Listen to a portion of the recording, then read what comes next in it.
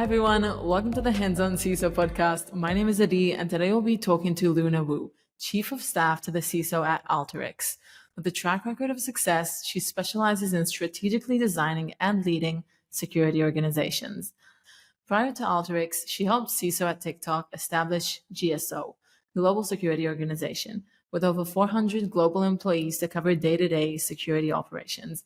Luna, how are you doing today? I'm good. Thank you for having me. Amazing, of course. Okay, so first of all, I'd love for you to explain to us what the difference is between a CISO and the chief of staff to CISO. Like, That's a what great do you question. do versus what does he do?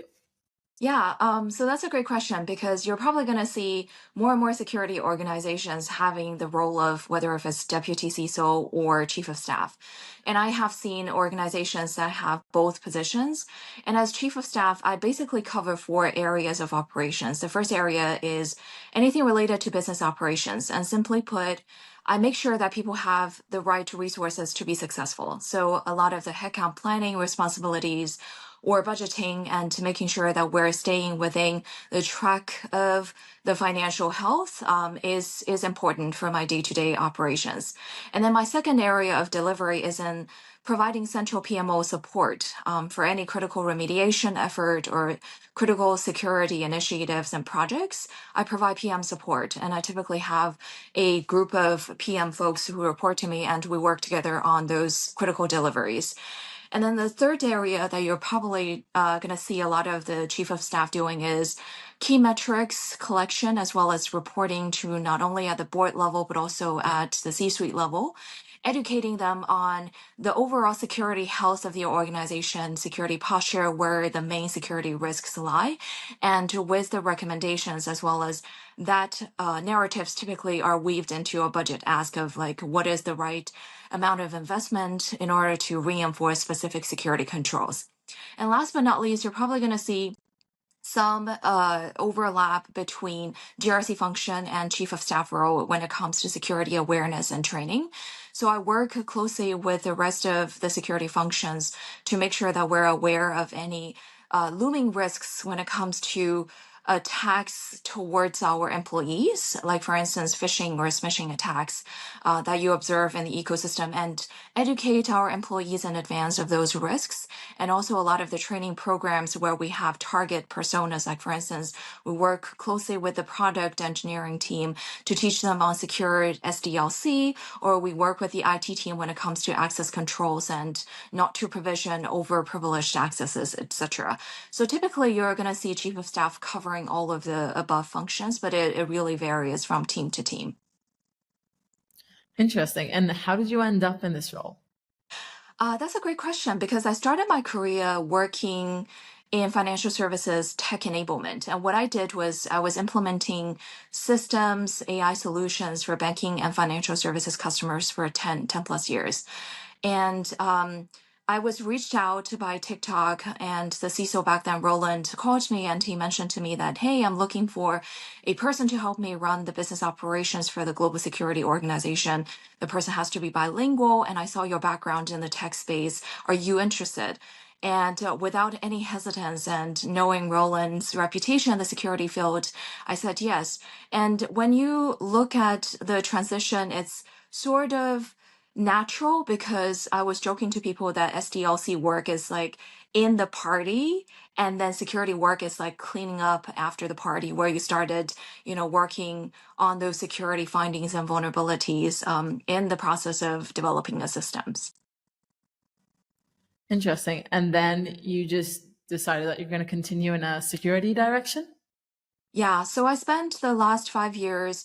Alteryx is the second security organization that we established from scratch. And I started my security career 5 years ago with TikTok, where the global CISO was establishing the security organization across the globe to be able to meet the regulatory as well as customer requirements across the globe as TikTok rose to its fame. I think that was exactly around the same time frame.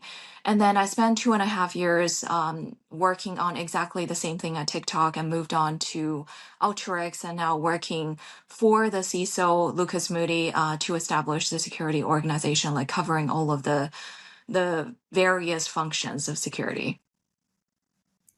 Interesting. How do you learn? And I feel that changes so fast. So there's every day, there's a breach, something happening, and new technologies. Like, how do you stay updated?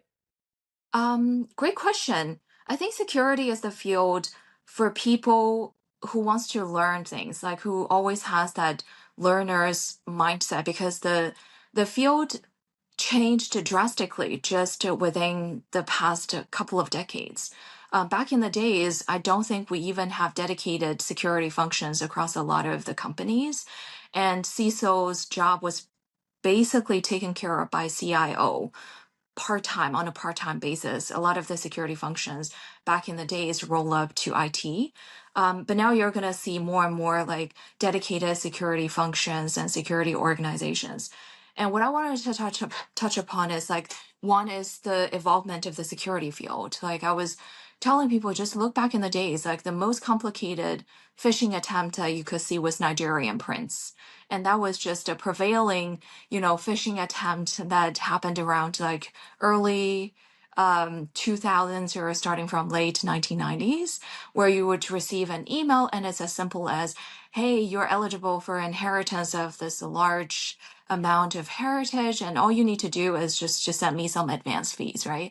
Looking back, that was so basic. And then when you do, if you went back in time and did a password spraying, 1, 2, 3, 4, 5, and even more complicated 1, 2, 3, 4, 5, 6, and that basically would compromise half of the internet population.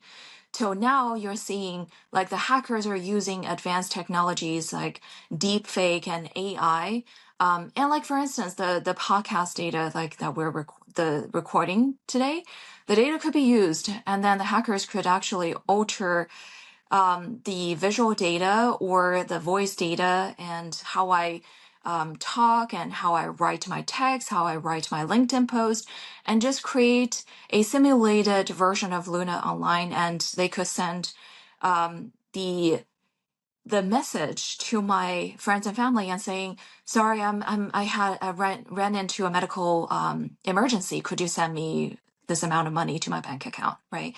So you're seeing the evolvement of technologies that contribute to more and more complex threat landscape, and that called for more dedicated teams to support security functions, but also like segmentation of the various domains. Like when you're looking at how a typical security organization is structured, you have people covering for application infrastructure security, GRC functions, and then people to cover SOC operations, right? So it's such an interesting field that calls for like constant learning. And when it comes to learning, the only tips that I can give is like you have to work in the field, like always work, be diligent, and just absorb knowledge and research on the attack patterns, and talk to your coworkers on what they're seeing, and also networking, which is very important, like working and networking, talking to the CISOs, talking to their chief of staffs to understand what they are seeing in the field and what are the common attacks that they're seeing unfolding in their particular industry. And I think they help. Interesting. How do you feel about AI right now? AI is such a hot word, and I've been following the Nobel Prize lately, and I think two categories were awarded to AI. And just to share with you, during my last few years of system implementation work, that was back in 2016 to 2018. I was working on AI implementation work for banking customers. Like AI has been around for the past decade. And what we did was we were helping the banks to understand their loan portfolio, commercial loan portfolio, and identify which loans are pegged to an interest rate, which is called LIBOR. And LIBOR is the interest rate that had its ups and downs, and then they later found out like that people were manipulating the interest rate because there was a voting system, and they decided to retire LIBOR in 2018. But back in the days, like a lot of the commercial loans or even your student loans and mortgages were pegged to the interest rate, that like the massive volume of those contracts that are pegged to LIBOR really posed a challenge to those banking customers. So we were collaborating with them, adopting AI, like tailoring our machine learning capabilities to help them identify the contracts which are pegged to the interest rate and help them identify what are the transition paths to take, like based on the understanding of the kind of languages that exist in the system, right? So the reason why I'm sharing this example with you is because I wanted to stipulate that AI has been around for a long time. And I think the hype is because of people started realizing the use cases that AI can help solve for. And I constantly think about the use cases that can be adopted in the medical field. And like just by aggregating the massive amount of data of those symptoms from people around the world over time, and then it will help the doctors to actually pinpoint the symptoms, and then it help the doctors across the world to actually collaborate and understand the root cause and to propose a better solution for the patients, right? Like medical field is one field for adoption of AI, and there are many fields like that when it comes to like entertainment or other industries. And AI is such a hot topic, but I think a lot of the times people are not able to differentiate differentiate AI with automation. Automation is just how to automate the processes that you're doing it on a repetitive basis, but AI actually involves pattern recognition, massive amount of data that require machine learning capabilities, that require a lot of like neural networking, like teaching the machines to pick up the ability, like mimic how a human's brain work, right? Like, but also in the security field, because of the advancement of AI technologies, it requires a lot of well thought out like protection. And to be very honest with you, I think this is the field that interests me, and I think I will continue my research as well as studies in the field. Like I feel a lot of the questions are not answered for. And to share with you an anecdote, the other day I got invited to speak on an API panel, and it represents the Asian minorities. Like we talk about API celebration. So I resorted to ChatGPT and I asked ChatGPT the question, who are the most revered API celebrities or technologists? And guess who came up to the top of that list? It's Elon Musk. So like what I'm trying to tell you is you can't blindly trust AI to feed you the answer. And this is a good example of AI going wrong, of just misinformation, AI being used as a vehicle to share misinformation, right? And I don't know what step along the way, how they trained the model that led to the result being completely off. But AI security is to cover for those like hallucination, pollution of your data, and then the wrongfully outputted results, like the case that I just shared with you. And then also like thinking about, and this is just like my very immature thought process, which is like how you're looking at the decisioning making process and the shift of the dynamics from a social political standpoint. And you started realizing, I call it intellectual colonization. And when I was adopting AI with the banking customers, right, people like just blindly thought, oh my God, AI is going to take over my job. AI is going to be so smart. But then I told them, fear you not, because AI cannot be like AI can only be as smart as human because it's trying to mimic our like how we're processing data and how we're recognizing data patterns, how we're connecting the dots.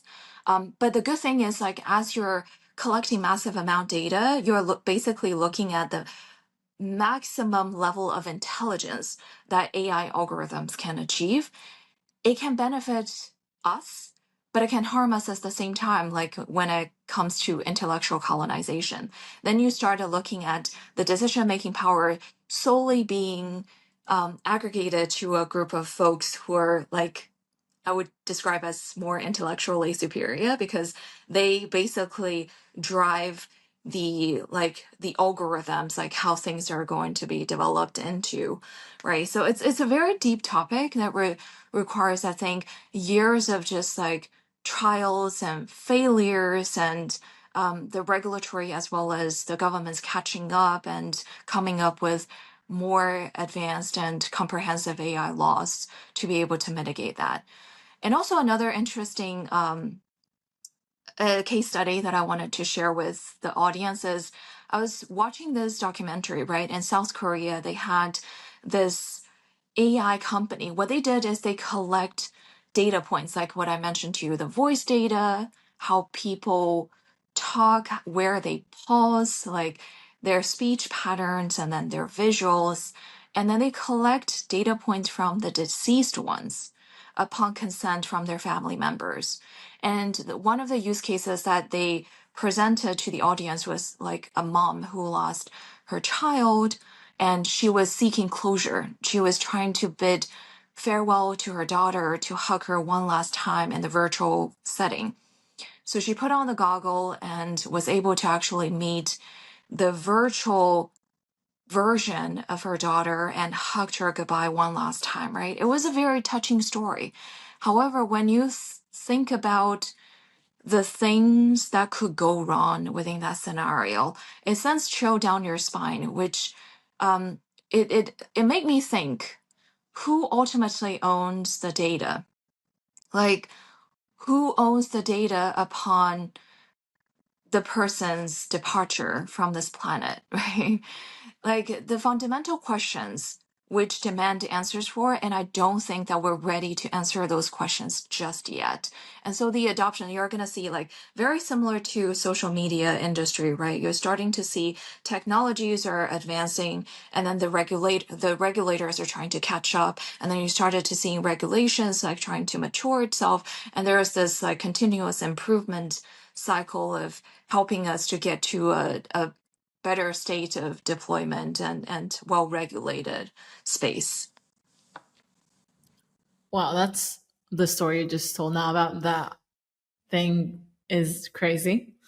I mean, do you think that if I look at security specifically as a Mhm. field as it relates to AI, I see a lot of security professionals, some super scared of it in a way that is, of course, I think anyone who's been in the field for a while knows that AI is not really as new as it is Yeah, to the public. But but the fact that it's so much more, it's like easy to approach. So there's a lot of new attacks kind of formulating. And then some people see it as a big risk. Some people just see a lot of the good sides. And I like how you, it seems like your overall state, the way you look at it is there's a lot of good to take from it, but also we're not completely ready to know what else is coming with it. 100%. There are always two sides to a coin, the good and the bad, and also what makes me super exciting to stay in the field is because in the security space, there are always good guys and there are always bad guys. And I was telling people that like people that I've been running into in the security space are such amazing people and they're incredibly intelligent, but a lot of them have this little superhero living within their heart that they wanted to like save the world from the bad things occurring. Like they wanted to stop the data being taken advantage of by the malicious actors, right? So there are two sides to the coin to everything, to AI, to the security field, and just two about anything. Interesting. How do you think security will advance within the next few years? Like, what is going to be different from then? What is now?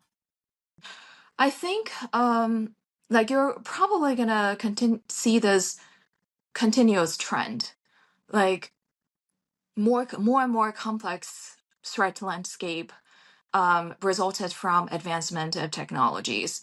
And it requires probably the market segmentation that I'm seeing is already pretty mature. You're seeing basically mature security companies and startups popping up everywhere just to cover all of the security domains that I touched upon. And AI security is such a common challenge. I think all of us are faced with, right? And also when you're looking at just catching up with all the regulations across the globe, and for companies, especially global companies that have operations all over the globe, when you're conducting business in Europe, you have GDPR, and when you're conducting business in Japan, they have their own security laws and regulations. And I categorize the success factors of how you're measuring security successes as like we have our obligations to those regulators and to meet those compliance requirements to be able to sustain our business and to keep our business in the region and the country. But at the same time, like catching up with all the latest and greatest regulations and compliance requirements is one bullet point that I want to make. And then the second area, which is we have our obligations to the customers. Like back in the days, if you go just 5 years back, and go through the contracts with the customers, right? The vendor agreements.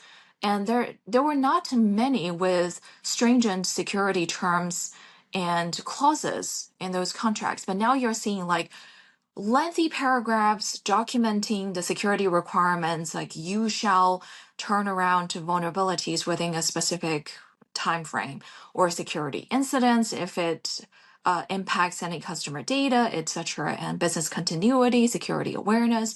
So like I have my obligations to meet the requirements from the customers to make sure that we're a partner to them to ensure them that we're going to be safeguarding their data.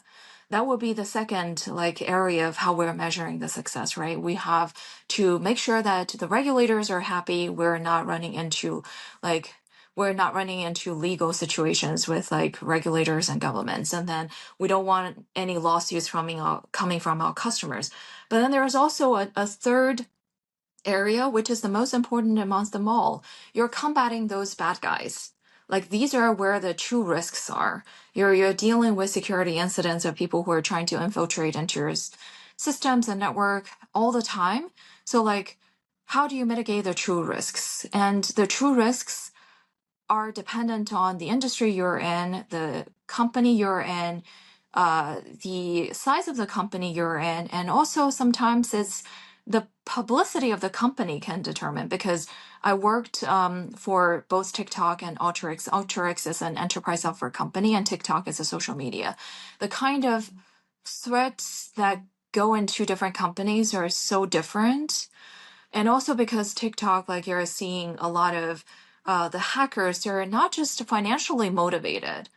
We're seeing a lot of this year is election year. Every election year, we have very busy war rooms just to make sure that we're protecting the platform from not being infiltrated by propaganda, like political propaganda specifically, right? So like when you're looking at the motives of the hackers or the cyber criminals is very different from company to company.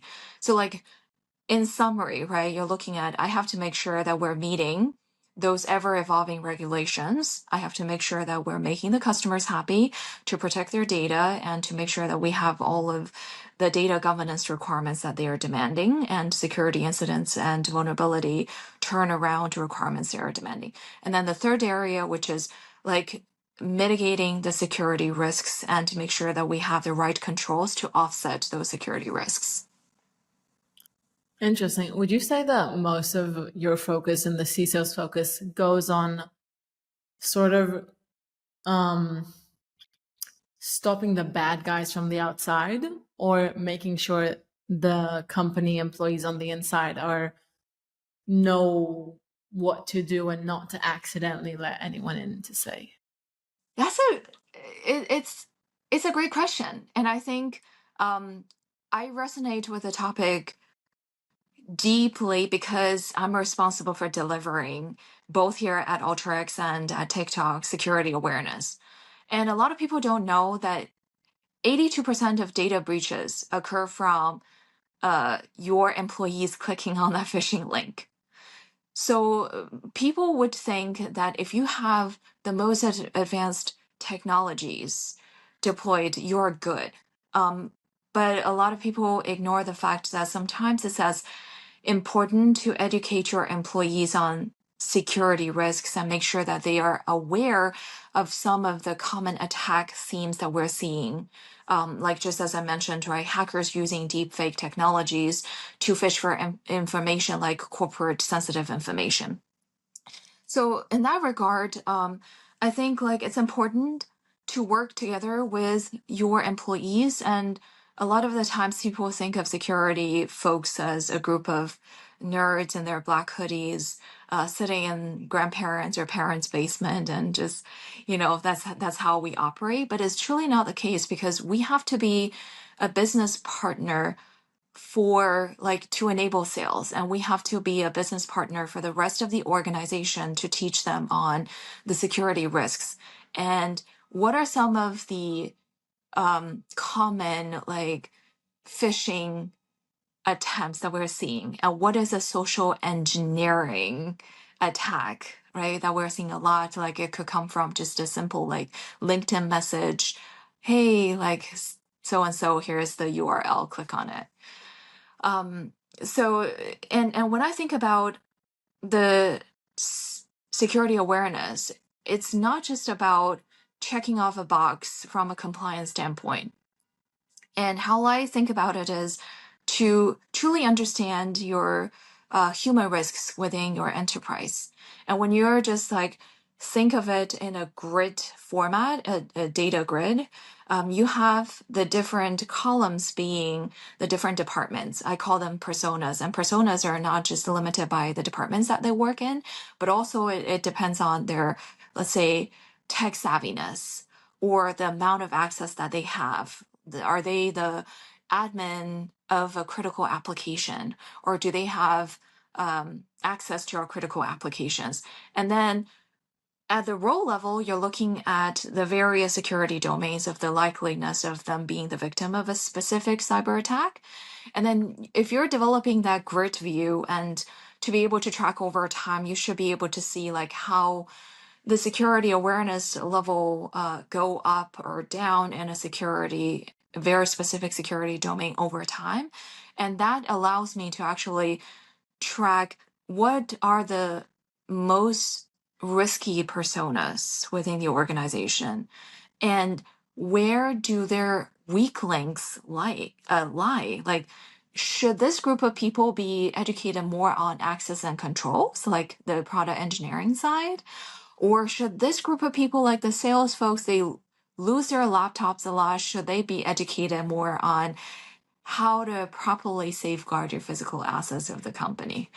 If you see where I'm getting, like, launching a mature security awareness program is going to help you mitigate a lot of the risks, and that will essentially help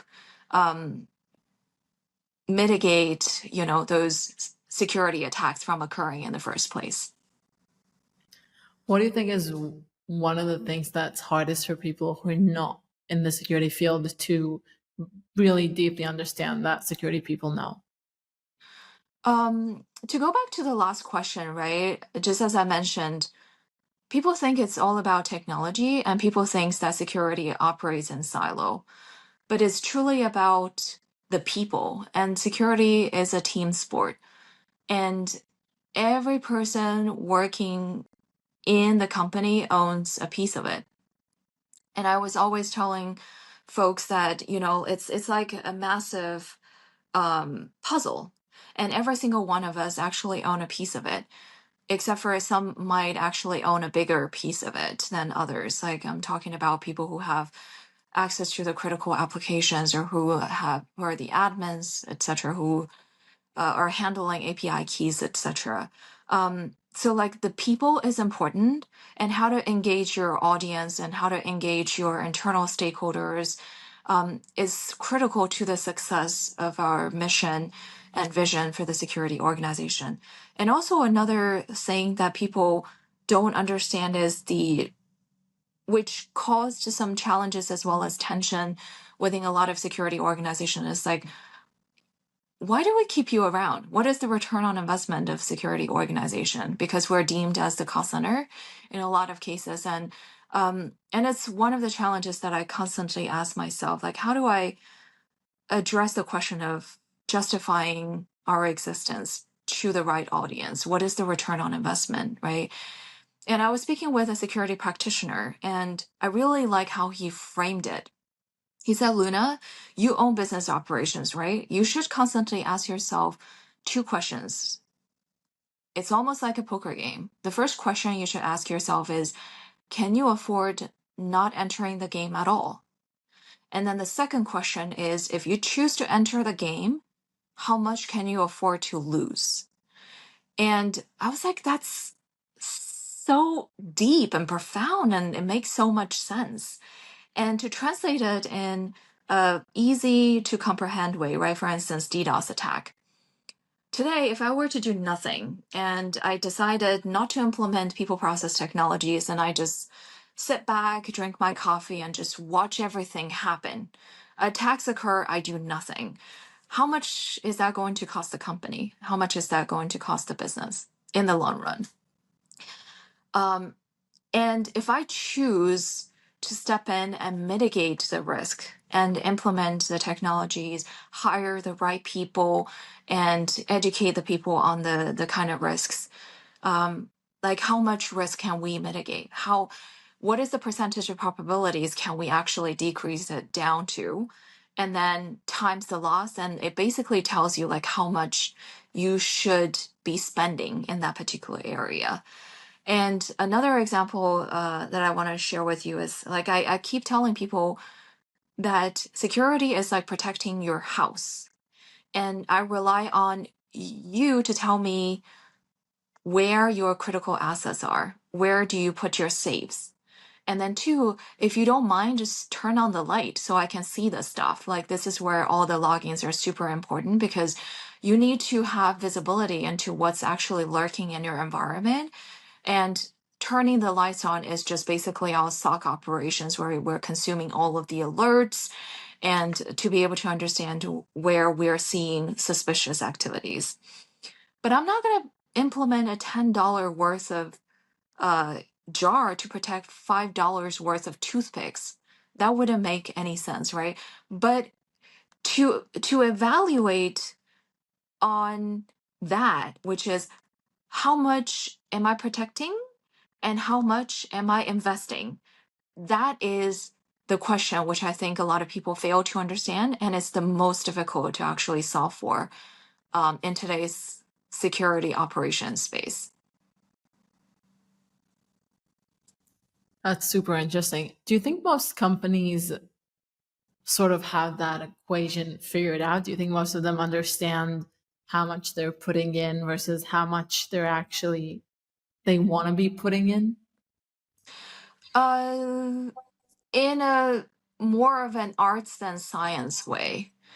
And I'll have to be honest with you, I'm no GRC expert, and I'll probably rely on GRC practitioners to help with this. A lot of the startups are trying to address quantification of risks, but it's not just a mathematical question of how you're looking at, oh, this particular vulnerability is impacting this set of assets, and this set of assets can equate to this amount of money. There are many aspects that cannot be quantified, like the reputational loss. A security incident that happened way back when due to a single minor human error, it could haunt you for the years to come. The reputational risks, as well as the the regulators challenging you on your business, right? Like in the social media industry, it happens a lot. Like all of hearings, it shakes the confidence of your customers, right? Like, how do you quantify those things? It's not as easy as just approaching it from an asset perspective. And today, I think now customers are more and more security savvy, and then they started realizing how important it is to deal with a company that have the right security hygiene. And then if you're not providing all of the basics, like they walk away, like how do you calculate the customers walking away, right? The potential loss and the sunk cost is kind of different. Interesting.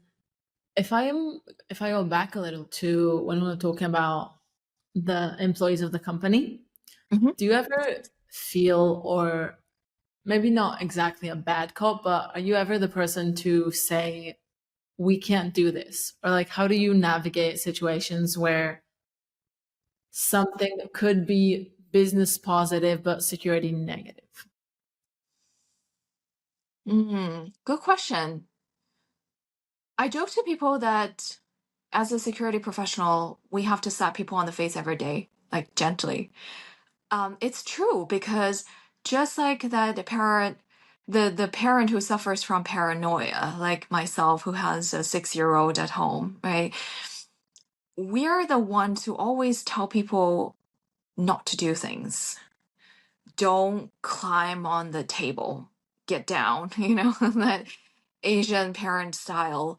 And there are similarities in how I operate at home and how I operate at work, because when you're dealing with security risks as part of your software development process, when you're dealing with critical vulnerabilities that we found in like production releases, how are you convincing your business partners, like product engineering and IT, to mitigate the risks, and how fast should they do it?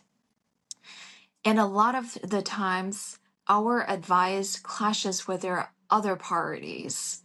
And especially when you're working in a fast paced environment where releases happen on a daily basis or on a weekly basis, right? They're always like trying to cut the chase and making sure to put out technologies and product features like as fast as possible. Sometimes that decision comes with the cost of risky security behaviors, but like it's a matter of like evaluating what would be worthwhile, what could cost us more if we don't do something. If we don't, we found a something like a high vulnerability, for instance, in this particular release. Shall we hold off? Or if we don't hold off, what is driving us to push it to the market this soon? Like it's the discussion that you have to engage the business partners to understand where they're coming from, which is why I'm saying security should not be operated in silo. Like understanding their perspective and lens helps you to actually justify the ask that you are trying to push forward. So I hope that answered your question. Yeah. Without any names or companies or anything like that, have you ever been exposed to a severe security incident that you could share about? I can share public information of when I was working at TikTok. And as I mentioned, TikTok is a social media company, and a lot of challenges that we're faced with, Facebook is faced with, and a lot of other social medias are faced with the same challenges. So, two areas, I'm not going to name specific incident, but like two areas of security incident genres that I can categorize for you. The first one, which is protecting underage users. And this is what's challenging us, what's challenging other platforms as well. Back in the days, there was a Blackwell challenge that started, I think, in 2016.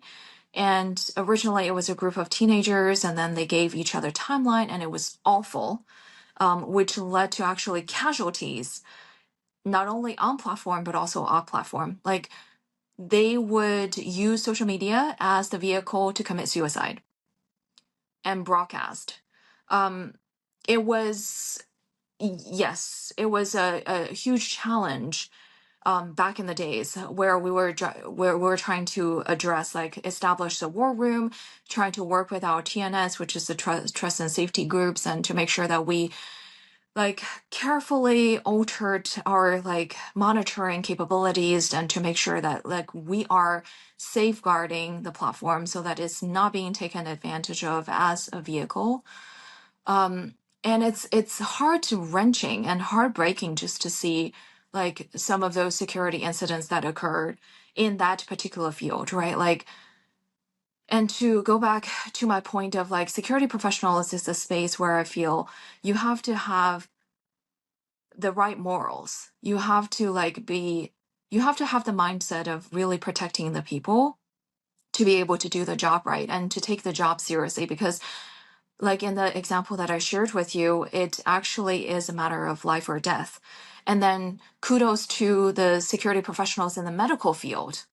And a lot of people wouldn't think of it that way, right? Like, if you have a hacker that hacked into your critical infrastructure, like a ventilators um going off, and it's a matter of life or death, right? So like it gave us the purpose of the purpose to actually work in the field, and um it's heart-wrenching to see like that kind of security incidents from occurring. But we're like, I was happy to see like all my coworkers that we were full hands on deck, and that we were trying to address it real time and to make sure that we're like handling the risk properly, and really really to address the risks from the get-go. And then the second category of the challenges that we're seeing are deepfake. Like, the most famous example was like the deepfake Tom Cruise, who was on the platform for a long time, and so it was so advanced that in the beginning, I don't think like people would even tell the difference of the true Tom Cruise versus the deepfake Tom Cruise, right? Like every election year, um, it was wartime for a social media company, because you were trying to prevent the platform being the vehicle for a lot of people who were trying to use it for political propaganda, and who is trying to promote information using deepfake technologies. So these are the two broad categories of those security incidents that I wanted to share with you and with people who are interested in like what in the security field, but who is curious about like what security professionals deal with on a day-to-day basis. Like at Alteryx, the kind of threats that we're dealing with is kind of different. And to a certain extent, like I'm a little more relieved because we're not dealing with life or death, because we're a data analytics company. Um, so the security incidents mostly are related to like not as malicious as what I saw at social media companies. Wow. Would you say, what would you say is the biggest challenge right now in the cybersecurity space? Um, the biggest challenge comes from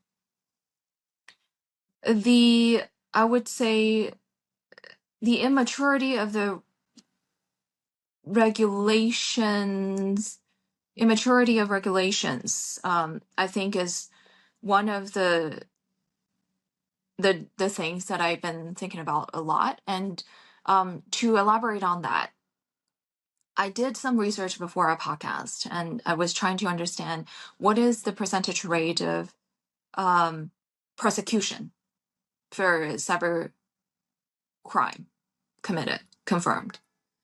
And that number is roughly around 0.5%. And guess what that percentage is when a non-cyber crime is committed? The prosecution rate is around 30 to 40%, 40% and above. So we're always combating the bad guys who have probably just as advanced technologies or even more advanced technologies, but who are more financially motivated to commit a crime because the ramifications or the outcome of them getting punished is not as severe or not at the same level compared to a real crime, right? And so you're combating those guys who are just evil, but they're so financially motivated, and there is a high chance that they can make a huge fortune and out of just one single attack. So I think the challenge is going to be like here we're combating no, we're not combating. We're combating the bad guys, but also at the same time, we're trying to, educate the business owners and the C-suite and the board level to try to invest a little bit more into the security. But over there, you're looking at it's not really a balanced game to my knowledge. And then I think a lot of the times it's because like, how do you punish those cyber criminals? I don't think today they're being punished in the way that they're committing or they're doing the harm. Like it's at the same like gravity level, if that makes sense. And a lot of the bot farms, they're non-US operations and all over the world. And typically those cyber criminal rings, they would choose a jurisdiction that has a less stringent cyber criminal laws. Wow, that's really interesting. Why do you think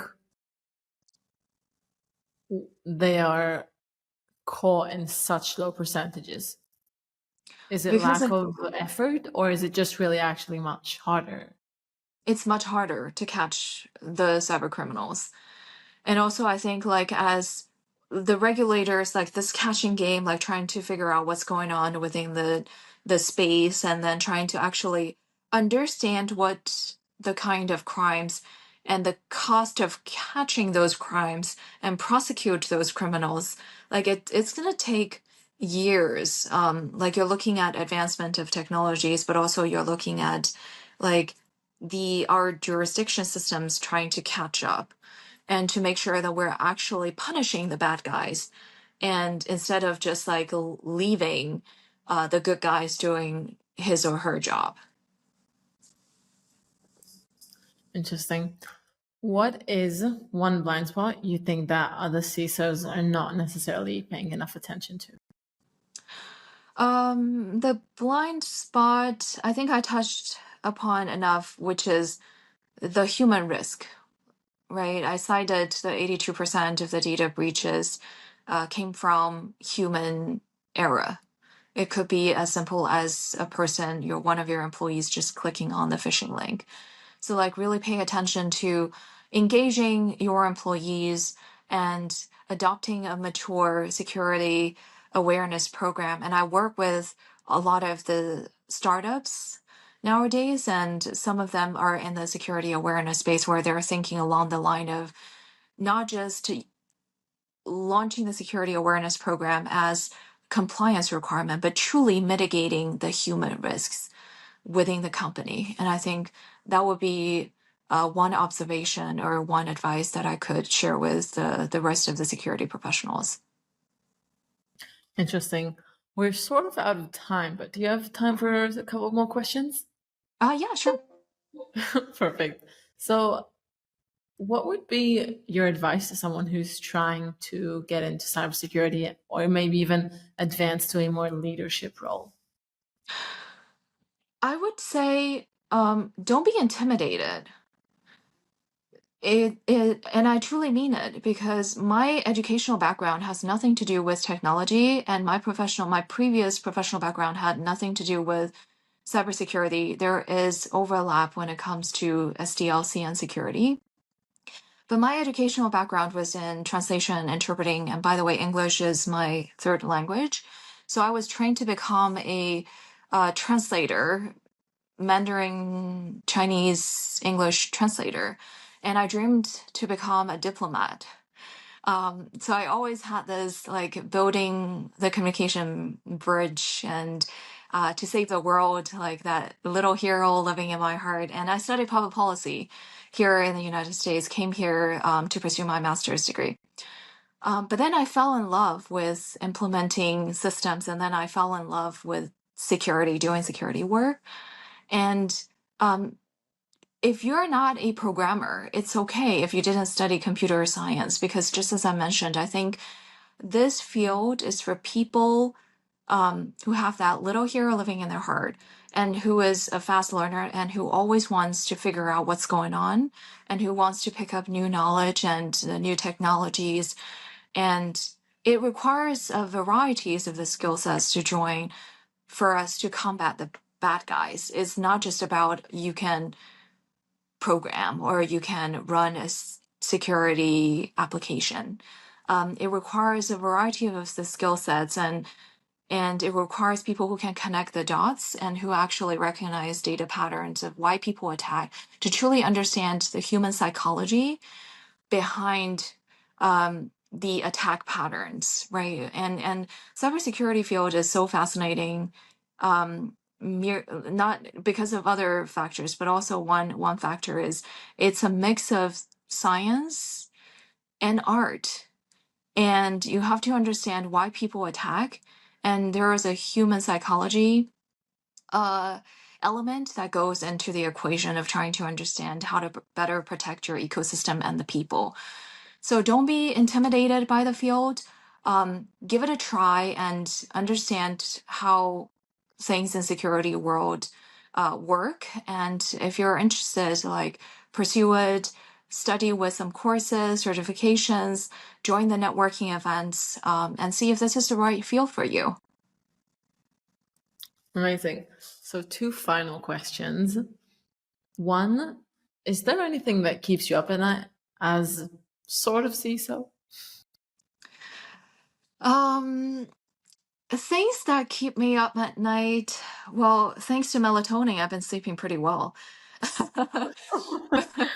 But right now, I would say it's budget season for me, October.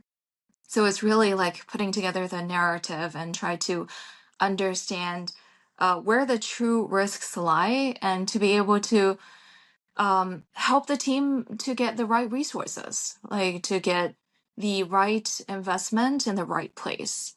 And also at the same time to really align. A lot of people think that we have to keep a balance between security and business, but we are an integral part of business. When you're saying keeping a balance, it just you naturally mean that you're putting the two things on different ends of the scale. But security, like we're in the same direction as where the business is going. Like when it comes to security, sales enablement, helping the customers understand where we stand when it comes to security posture, or just to mitigate the risks. So like really to find the right narrative and working with our business teams and to push forward the right initiatives and the effort with the right amount of investment. I would say this are the list of the things that are on top of my mind. Interesting. And the very last question, and before that, I'll say thank you so much for joining. I don't know if you know, but you're the first woman security leader that's been on the show. So also that's super amazing. I think you have a very unique comprehension of vastness of the field, which is really interesting. I appreciate it. For sure.